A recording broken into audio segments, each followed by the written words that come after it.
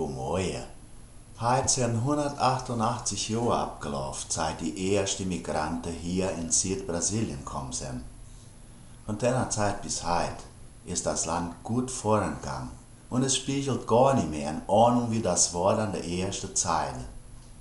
Die Kolonisten hatten versprochen vom Gouverneur Wohnung, Geschirr, Pflanzen und an der ersten Zeile eine Lebenshilfe für Anfänger.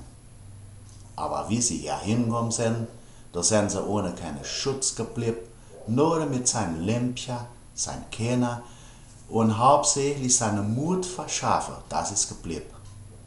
Und als sie sich blamiert haben, haben sie sich an die Arbeit gegeben und das Land vorgeschafft. Das ist unsere Geschichte, das sind unser Vorkommen. Von denen haben wir geerbt den Mut, was Unverhofftes tun und die Courage für weitermachen an den Situationen, wo es nicht mehr scheint, sollte möglich sein. Eine glückliche Immigranten da für uns auch.